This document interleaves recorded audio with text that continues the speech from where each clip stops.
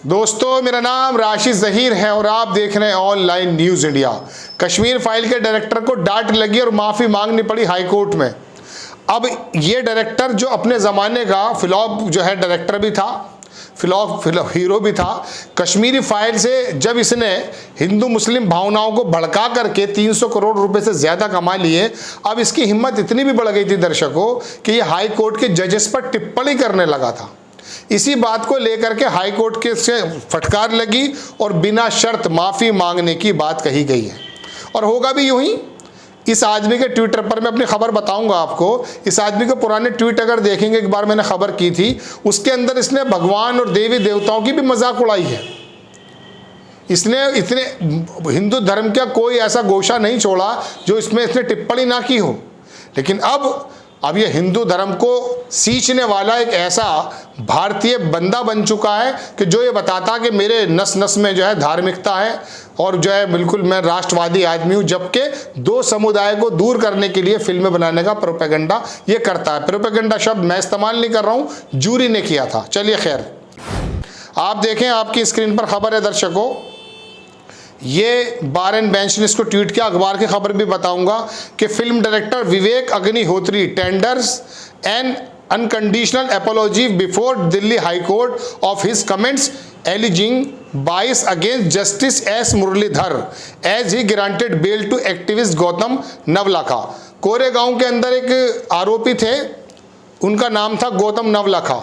उसको बेल देने पर हाई कोर्ट के जज पर इसने टिप्पणी की और कहा कि पक्षपातपूर्ण है।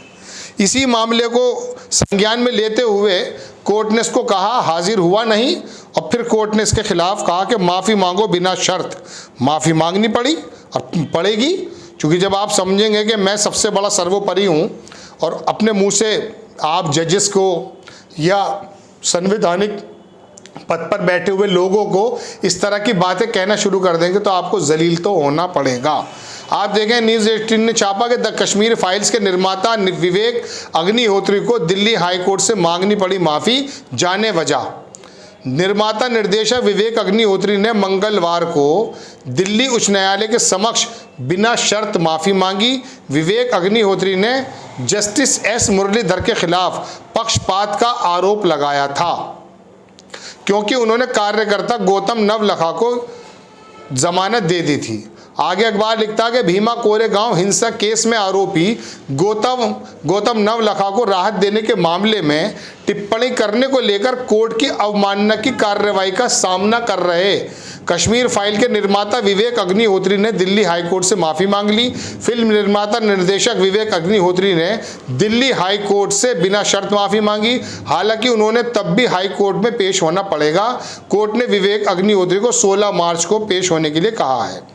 पूरा मामला भी सुन लीजिए, फिर मैं थोड़ा सा इसके बारे में बताऊंगा आपको कि आरोपी गौतम नवलखा को राहत का आदेश देने के चलते जस्टिस मुरलीधर पर पक्षपात के आरोप लगाने से जुड़ा है। विवेक अग्निहोत्री ने दिल्ली हाई कोर्ट के जस्टिस एस मुरलीधर पर पक्षपात का आरोप लगाया था, जिसके बाद दिल्ली हाई कोर्ट ने स्वयं संज्ञान लेते हुए 2018 में विवेक अग्निहोत्री और आनंद रंगनाथन के खिलाफ अवमानना की कार्रवाई शुरू की थी। बहरहाल बड़ी खबर है, लंबी खबर है, समय आपका ज़्यादा नहीं लूँगा, बस इतना बताना चाहता हूँ दर्शकों कि अभी इसकी फिल्म को इजराइल का जो डायरेक्टर है, उसकी जूरी का मेंबर्स था, उसने कहा प्रोपेगेंडा है।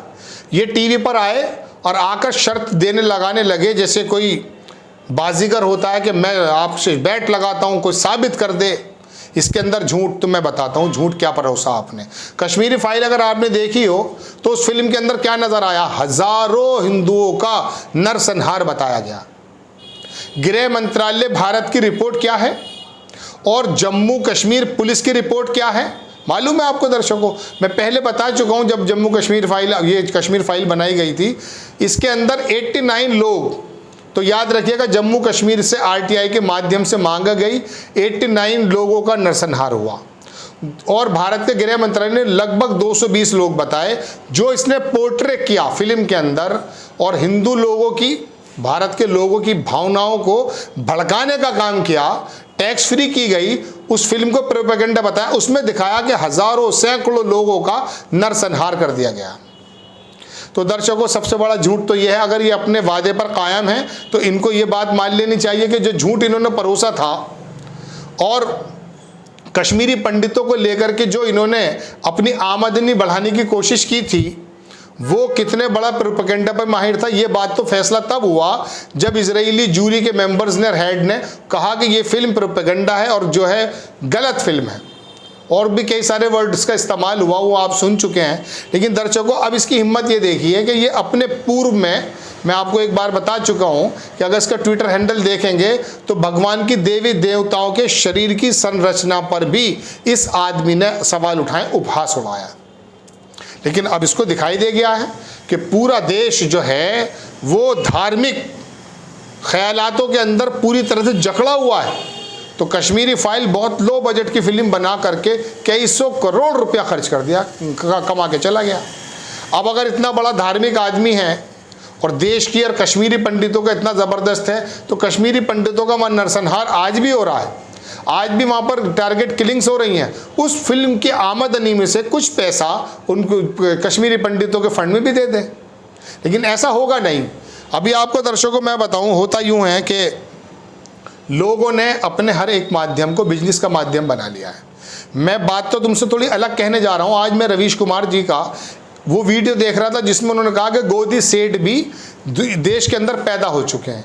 एक सेठ तो उन्होंने वो बताए कि जो देश की आज़ादी के लिए अपने तन मन धन सब कुछ लगा रहे थे, और एक आज के सेठ हैं जो हर मामले के अंदर अपना से मुफाद देखते हैं, पैसा देखते हैं। चैनल्स को ख़रीदना, उसको सरकारी एजेंडे के साथ चलाना और सरकार से अपने अपने मामले हल कराना, ये आज गोदी सेठों का वाकई काम बन गया। उन्होंने बहुत अच्छी तस्वीर खींची है।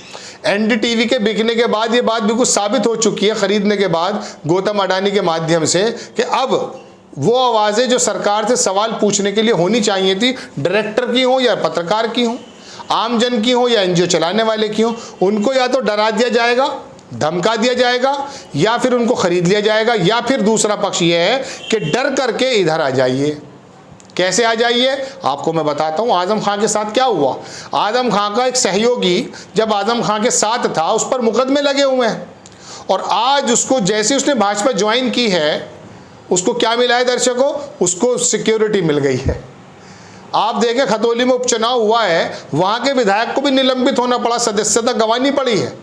तो आजम खां का तो वोट का अधिकार भी छीन लिया गया है, क्योंकि उसको भी सजा हो गई है हेट स्पीच में।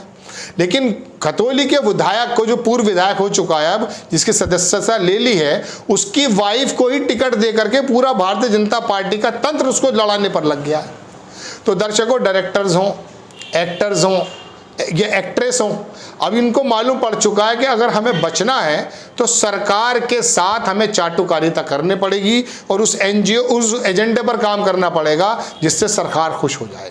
अब ये भी मैं बताना चाहता था, लेकिन ऐसे लोगों को कोर्ट कभी कभी धकिया दे देती है, फटकार लगा दे देती है, और फिर उनको शर्मिंदगी उठानी पड़ती है। अग्निहोत्री कश्मीरी फाइल के डायरेक्टर को हाई कोर्ट से लगी डांट, यही खबर देना आपके पास हाजिर हुआ था। आपको खबर कैसी लगी अपनी राय कमेंट्स बॉक्स में ज़रूर दीजिएगा। चैनल को सब्सक्राइब कीजिए, शेयर कीजिए। नेक्स्ट टाइम किसी खबर के साथ आता हूँ। जय हिंद। इस खबर को अभी लाइक करें, शेयर करें, अभी चैनल को सब्सक्राइब करें और घंटी जरूर दबाएं।